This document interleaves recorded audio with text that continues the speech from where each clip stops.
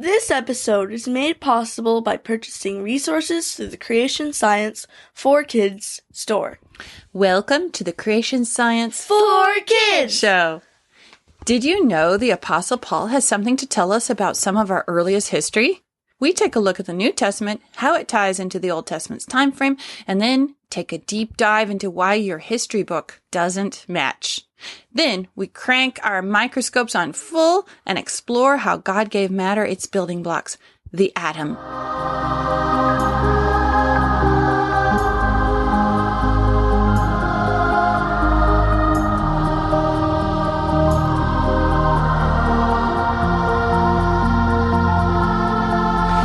Praise the Lord. I will give thanks to the Lord with my whole heart, in the company of the upright, in the congregation. Great are the works of the Lord, studied by all who delight in them. Full of splendor and majesty is his work, and his righteousness endures forever. He has caused his wondrous works to be remembered. The Lord is gracious and merciful. Psalm 111, verses 1 through 4. This is episode 46 of the podcast where we learn about Jesus, our Creator, and his amazing world. Hi, I'm Sherry Fields, your host, and I'm joined today by my co-host Timothy. Hi. And Charity. Hi.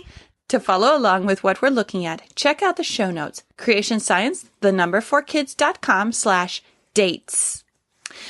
All right, we're going to skip forward a bit in Genesis to chapter 10. This is telling about Noah's family as they were having more children after the flood. Timothy, would you read Genesis 10:6 for us, please? Sure. The sons of Ham, Cush, Egypt, Put, and Canaan. Now, I chose the English Standard Version because it actually does something that you wouldn't catch in a lot of the others. The Hebrew word for Egypt was Mizraim, and most of the translations name the sons of Ham, Cush, Mizraim, Put, and Canaan. But then you miss the connection. Mizraim is Egypt. So, who is Ham? The father of Egypt. The father of Egypt and the son of? Noah. So Egypt was founded by Noah's, not great-grandson, not triple, quadruple great-grandson, his grandson. And it was the second one from Ham. He was born pretty quickly after the flood, wasn't he? Because we know we don't have the dates on Ham's descendants, but when you get to Shem, he had his firstborn just 2 years after the flood. The founder of Egypt, Mizraim, could have been born within 10 years of the flood. If he grew up and started his own land, Egypt could have been founded as its original settlement within 20 years. Well, a little. He wouldn't have left home at that young age. But what would be a reasonable date for somebody to leave home and go out and start their own village? 16, 20, 30. About 50, because remember, these guys were going to live for hundreds of years. So they would have hung around with their family until they were ready to start their own. But the other thing that I'm not mentioning here is, at first, did people want to spread out and start filling the whole earth like God wanted them to? No, what did they do at first? They built a big tower. So that all of them would be stuck in one clump. And God said no, and then forced them to spread out. But certainly within a couple of years of Babel, Egypt would have been started because their founder, Mizraim, was already an adult and probably already had family, and they could start very, very quickly. So you're talking within 150 years of the flood, it would be the founding of Egypt. That's pretty early, isn't it? Yeah. Okay, here's why I've been thinking about this, and I'm so excited to share with you what I've learned. My family's been studying ancient history, and I read the history book out loud, and I kept noticing that the dates were way off from what the Bible tells us. Here's, for example, from the Met Art Museum in New York City. Their big headline for their Egyptian exhibit is Egypt, 8,000 to 2,000 BC. How long ago was 8,000 BC if it was a real time? 10,000 years ago. 10,000 years ago. So how does that fit in? It doesn't sound quite right. Also, others, I read that they said China was founded about the same time, about 8,000 BC. We're not going to just buy what those people tell us. The same page there for the Met also said that Egypt was first settled 300,000 BC, which is obviously evolutionary ideas. What do we use when we want to know how to put together an accurate timeline like it really is? Where do we go? The Bible. The Bible. It is our reliable history book written by eyewitnesses. And we don't see anything like 8000 BC. So here's where I wanted to bring in the Apostle Paul. This is a little later, but in Galatians 3:17, he mentions some early history. Charity, would you read this in the easy-to-read version so I don't have to explain it? This is what I mean. The agreement that God gave to Abraham was made official long before the law came. The law came 430 years later, so the law could not take away the agreement and change God's promise.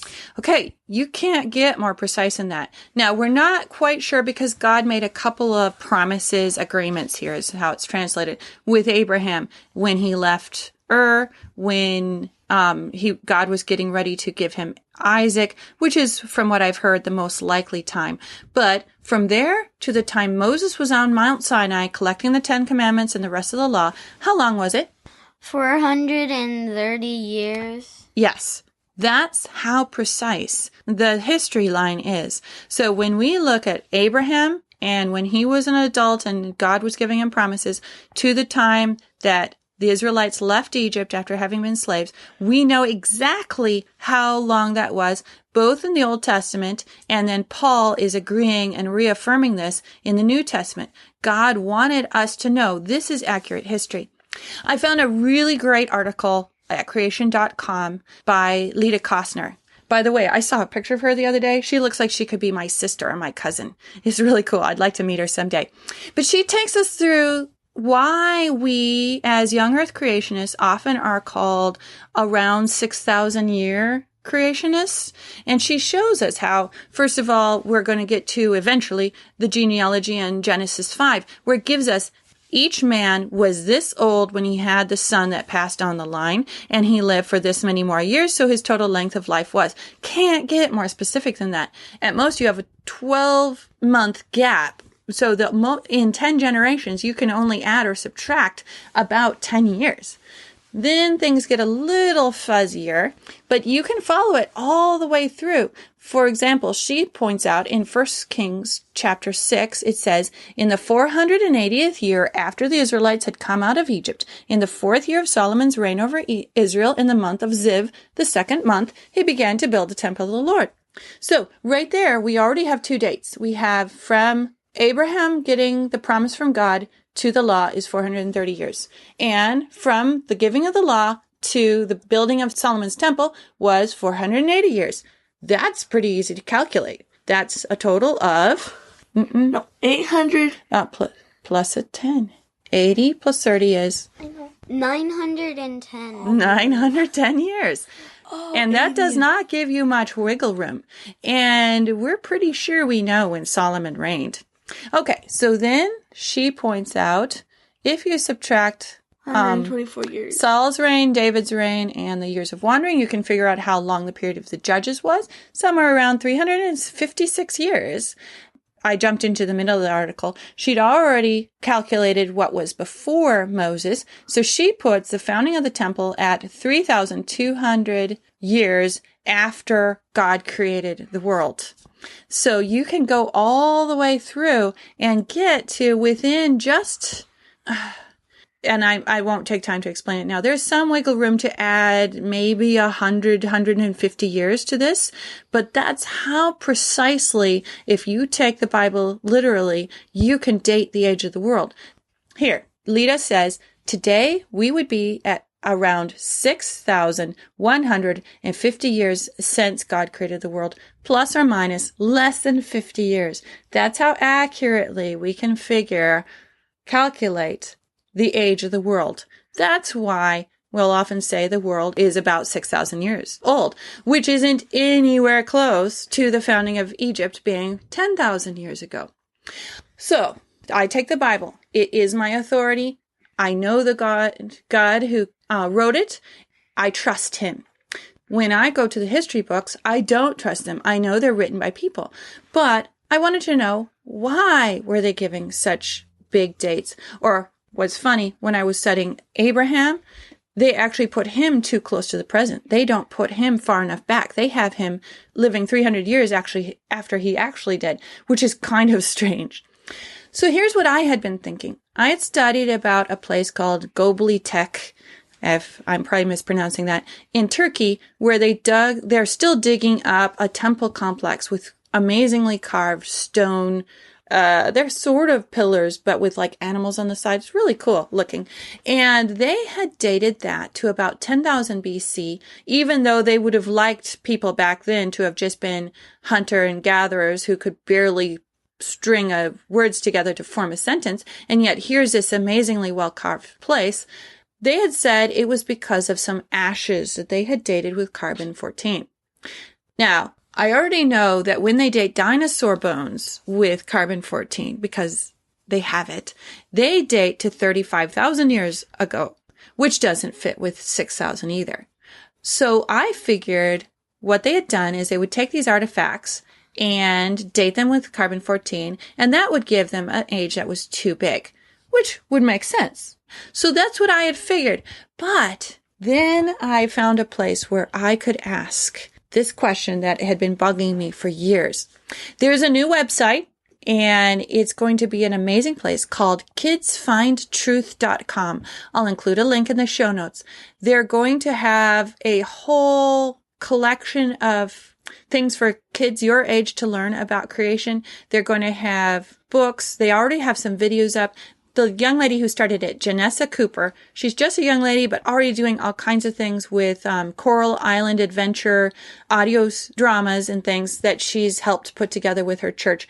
But she wants to put together something like going to Awana or Boy Scouts, but for learning creation, where you can earn badges. And the whole thing's going to be free.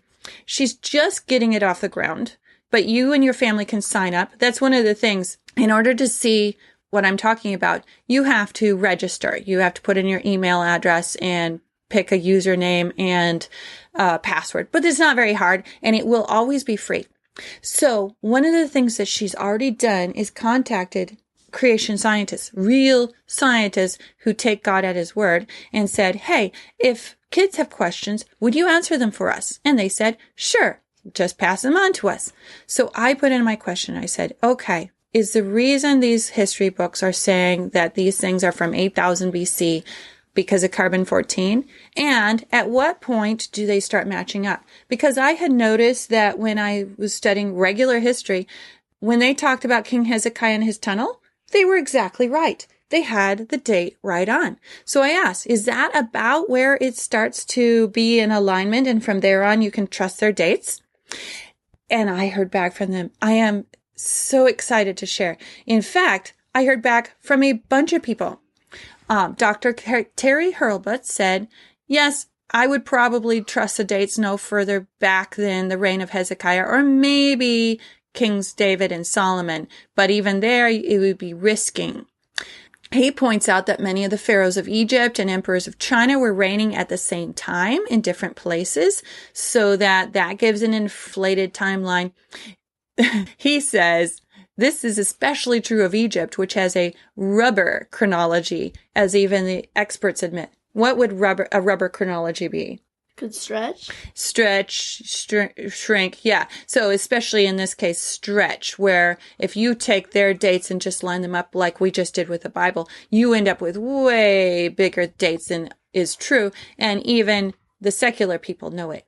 Then Dr. J. Weil, who, if you're studying chemistry, that's what my family's going to use. And he does amazing stuff for homeschoolers to learn, especially in the high school years, all kinds of science. And he points out the same thing as Dr. Hurlbut, but adds, there are some dates based on carbon-14 dating. The problem with this is that it has to be calibrated because the amount of carbon-14 in the environment is highly variable. Tree rings provide a very good calibration for carbon-14, but the oldest tree ring that has been taken from a living tree only dates to about 3,500 years ago.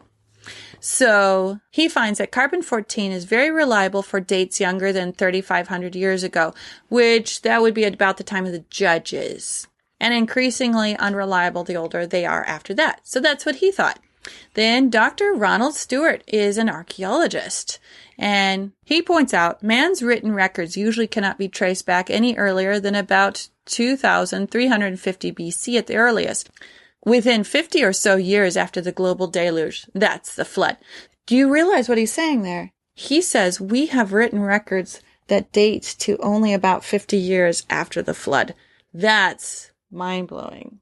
Wow. Yeah, you think about it. When you read your history books, and this is almost everywhere, they have man slowly pulling himself out of the animal world and into modern civilization, and slowly over hundreds and thousands of years learning to farm and build houses. And finally, when people have enough of a society that they can afford to have people who just think all the time, then they slowly develop crude writing and then fancier writing, and then you get to cuneiform and hieroglyphs and all that.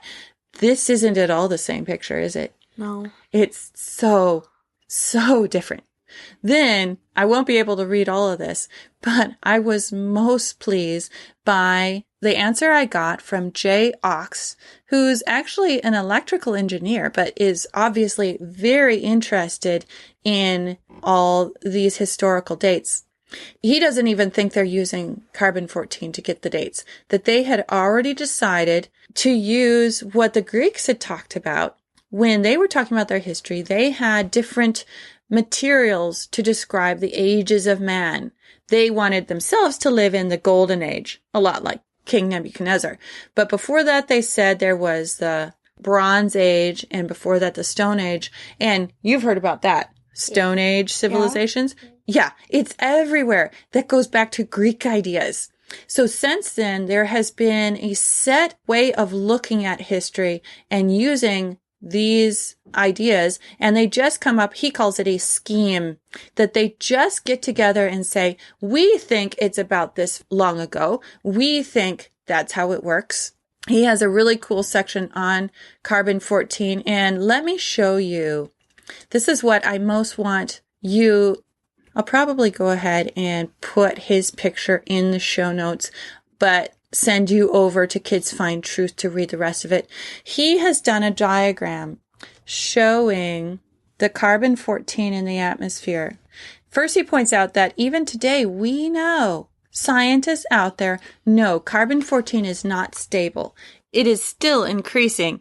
In fact, J. Oxt has a chart showing that since the time of Jesus, the amount of carbon-14 in the atmosphere has increased by about 3%, and that's pretty significant. When you look at, he has a chart here showing what happens from the flood on. So here's from Christ to the present, that little increase, and look, what's it look like going back towards the flood? A curve? A steady increase upward? Yeah. So in this case, we're looking at it backwards. So if you start from today, it drops down a little bit. But then if you were on a sled and you go back to Christ, it'd be a little boring, actually. But then what happens? You go, wow! Yeah. The amount of C14 in the air drops so dramatically that it's nearly a cliff. It climbs so quickly. One of the coolest things this guy mentions is some Germans, and these were just evolutionary long Earth scientists, were studying these clams that they had found. They believe the clams to be quite old, but not quite the millions of years. So they studied the C14 in it. The inside of the clamshell was like 6,000 years older than the outside of the clamshell.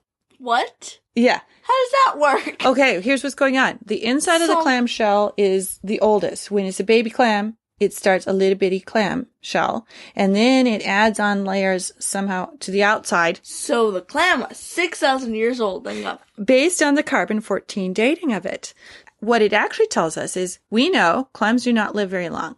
So the amount of carbon-14 in the atmosphere or in the water that the clam was absorbing at the end of its life had dramatically increased over the amount that was in its atmosphere environment when it first started growing as a baby clam.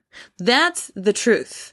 But we can see it because our worldview expects things to have happened very quickly, especially right after the flood. And these scientists were totally puzzled. They couldn't figure out what was going on.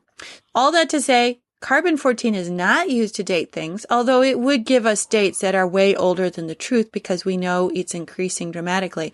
But the reality is, all those old dates of through 8,000 BC are entirely inventions of the archaeologists and the anthropologists. They have all decided together and tell each other this story. In fact, Jay Oxted added a little more that he didn't include want online, saying he knew a guy who's a Christian who got really interested in archaeology. And for a while, he had rejected what the Bible said about the timeline and had gone completely with what the archaeologists had because he was hanging around with them all the time. And they are so sure of themselves.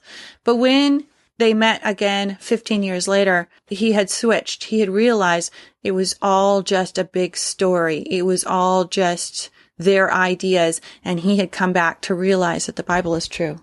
That makes sense. All right, so as soon as you're done listening to this podcast and are back at your home computer, go check out kidsfindtruth.com. You can either go straight there. It's pretty easy to type out, or I'll have the links in the show notes, and get your family signed up. There's already some cool videos to watch. If you've got any questions you've been dying to ask, go ahead and answer or ask them. You will get some really cool answers, and watch them in the months and years to come. It's going to be a very exciting place that will help us as we're trying to learn more about creation without having to have a college degree first to understand it. Okay, now it's time to hear from you. What do you have for us today, Charity? Atoms, the building blocks of matter.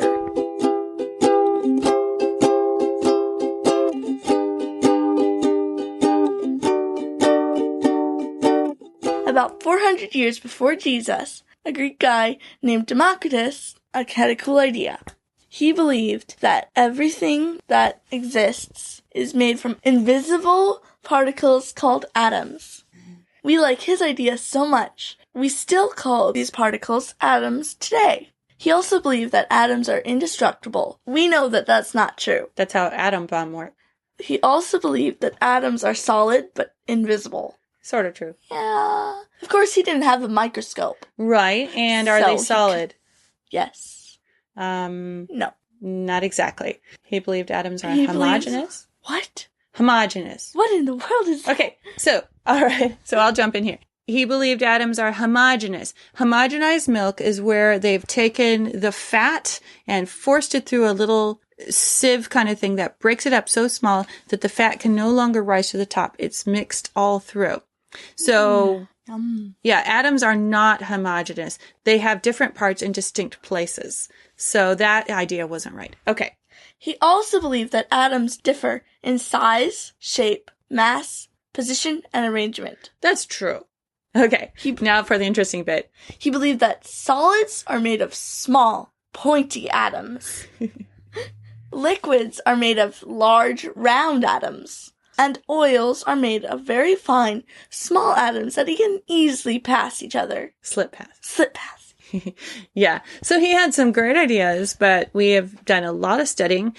We're still learning more about how atoms work. And it took a long time for us to learn more than Democritus had discovered. An atom is the smallest unit of matter that has certain properties. That is, we can predict how it will behave through time. Because what happens if you break an atom? Is it still itself anymore? No. Yeah, it's the smallest. So in a way, it's indivisible in that the parts it's made out of cease to be the matter that we recognize if you break an atom up. So what is an atom? What are the basic parts that an atom is made from? Well, it's made from a nucleus, which has protons and neutrons. Then there are electrons spinning all around it. Protons have a positive electrical charge. Neutrons are neutral. Electrons have a negative charge. A normal atom has the same number of protons and electrons, so it has no charge. Picture a representation of an atom with the core and ovals making loops, left, right, up, and down. That's wrong. Imagining planets orbiting the sun helps you imagine the amount of empty space in an atom. But electrons don't go around so consistently like a planet's orbit. Modern diagrams use something like a cloud. They spin at a predictable distance, but in all directions, so if you were able to see that small, it would look like a haze forming that shape. Kind of like how the yarn goes in all directions around a ball. I saw a cool video showing this. Your basic small hydrogen and helium just make a red ball around the nucleus.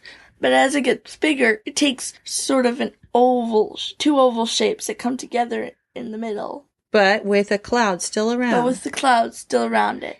Some of the big elements even looked like there were balloons coming out of the side. So it makes all different shapes, but none of them look like the atomic drawing that we normally see. There is a highly ordered way to build different kinds of atoms. These are called elements. The electrons have different starting levels, called shells, that can only hold a specific number of electrons. Okay, so when I was thinking about how this works, I think of when I teach math. When you start, you learn your first numbers 0, 1, 2, 3, till you get to 9. We didn't learn 1. We didn't learn 0. Usually you start with 1 through 9, but then when you get to 10, it no longer fits in the ones place. You have to add a tens place. And when it gets full up to 9, then it has to jump over to the hundreds. It works sort of like that with atoms. That first shell can only hold 2. Then the next one holds 8, then 18, then 32. I thought it was going to work like a Fibonacci sequence, increasing like a golden ratio where you add the last 2 numbers to create the next one. The bigger one. But it doesn't work like that. After you get to 32, it stays the same. I thought you were going to explain all the math. This was really hard to find. In fact, I went to Wikipedia and it had a list showing the different elements that you get up to 32. And then after that, even uranium and the elements that are so heavy they never occur in nature, they never have more than 32 in the outer shells. So now, what's special about an atom's outer shell, however big it's gotten? If it holds 8, then it's a stable electron, or a noble. A stable atom. A stable atom. These are called noble gases. There's one, helium, that holds 2 electrons on the outside. But that's because it only has 2. Yeah. And why 8? What did we see on that? Because if you have 8, then there's 4 sets of twins. Right. Because if you have 7, which is 3 sets of twins, with without a twin, then it's lonely and wants a twin. I like that. I had thought of them as married couples, but I like twins better for kids. Okay, so then they showed how this works with sodium and chloride. When you have sodium and chloride together, you get table salt. Right. And sodium, now that's the other thing. Noble gases are very, very stable. They don't react. They don't care what's going on around them. They just stay the same. Sodium is very reactive. It's one of the alkali metals, and it's very dangerous on its own. You do not want to touch it with your bare skin because it has 1 electron on the outside. And chloride is also reactive because it has 7. It has almost full, but it has one of those single electrons that doesn't have a pair with it. Yeah. Okay, so what happens to form table salt, which we need to stay alive? Well, the chloride takes the one from the outer shell of the sodium. It kind of steals it. Right. And then look at the rest of this picture. What does this show? What's going on to hold them together? The sodium is a positive charge and the chloride is a negative charge. Right, because remember, the protons have a positive charge down in the nucleus. They don't go anywhere. But the electrons have a negative. So losing an electron gives you a positive charge. And gaining an electron gives you a negative. This is called an ion bond. Right. And the reason it's a salt is what happens when you put it in water? It dissolves. Right. So all the salts dissolve. So sugar is a salt. No, that's different. That's much more complex than basic table salt, even though it looks the same on the table. Well, it dissolves in water. Right. Yeah. So why is it called sweet salt? Sugar comes from a living thing. That means it's way more complicated than your basic elements. Okay. Now we've got the periodic table showing how the elements work. The periodic table was first assembled by 2 different guys at the same time in the late 1860s. So the first one was published in 1870 by a Russian guy. I'm not going to try to pronounce his name. And he was the youngest of 17 kids. I thought that was very cool.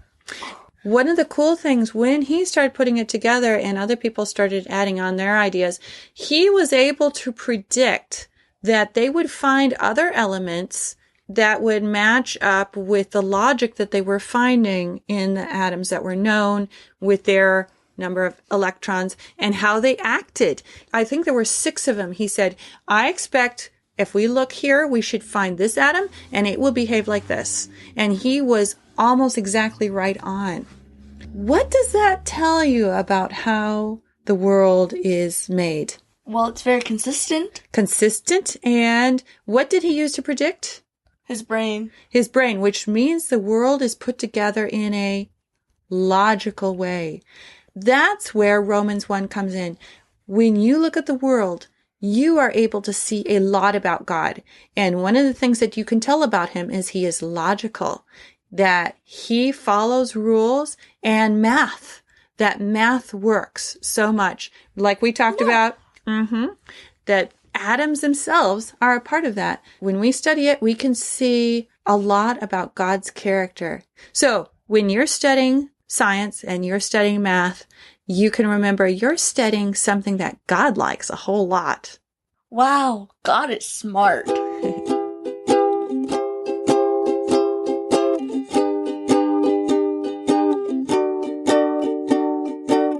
One other thing, I ran into a really fun song for learning the periodic table, or at least getting familiar with it, because they sing some of them so fast there's no way you could just follow them. And I'll have a link to that in the show notes. While you're there, I'd like to ask for your help. If you know someone who might enjoy listening to this podcast or checking out our website, would you let them know for us? Every article I do, including today's show notes, has share buttons to make it super easy for you to pass on to your friends on Facebook or by email. You have the amazing power to help your friends find out the truth with just a click of a button. Plus, if you want to encourage us, leaving the show a rating on iTunes is a great way to do that and help families looking for new podcasts to find us. Thanks! I want to let you know, next podcast will be rather short or even late because I'm going on a family trip. What's super exciting is we will be able to stop by the Ark Encounter on our way home. Thanks to you, I was able to request and receive 2 journalist passes for free. Guess what, Charity? You get to be an official journalist. What? Yeah, you're getting a journalist pass. As soon as possible, we'll be able to tell you what it's like for kids to visit this full-scale Ark model and maybe even catch some interviews to share with you. I've still got to cover the cost for 4 kids' tickets, plus the regular monthly expenses of hosting for the podcast, not to mention website hosting coming due in the spring. If you would like to help us out, I have a PayPal link on the website to support me directly. Plus, remember, when you buy creation DVDs or books for the family or even just gifts on Amazon, you can support our work by stopping by my store page and clicking through from there. You don't even have to buy what I recommend. Just a click through is all they need to know I sent you. Thanks for already going out of your way to do this and help get this ministry self-sufficient. Do you like science? Got a subject you want to learn about? Or maybe you like telling stories. Remember, it's super easy to turn your smartphone into a recorder, and if you send me a report, story, joke, or interesting idea, I might use it in a future show. Head over to creationscience4kids.com/podcast to find out what to do. Well, this finishes up our show for today. Until next time, have fun treasuring our amazing universe and Creator. Thou art worthy, O Lord, to receive glory and honor and power, for thou hast created all things, and for thy pleasure they are and were created. Revelation 4:11.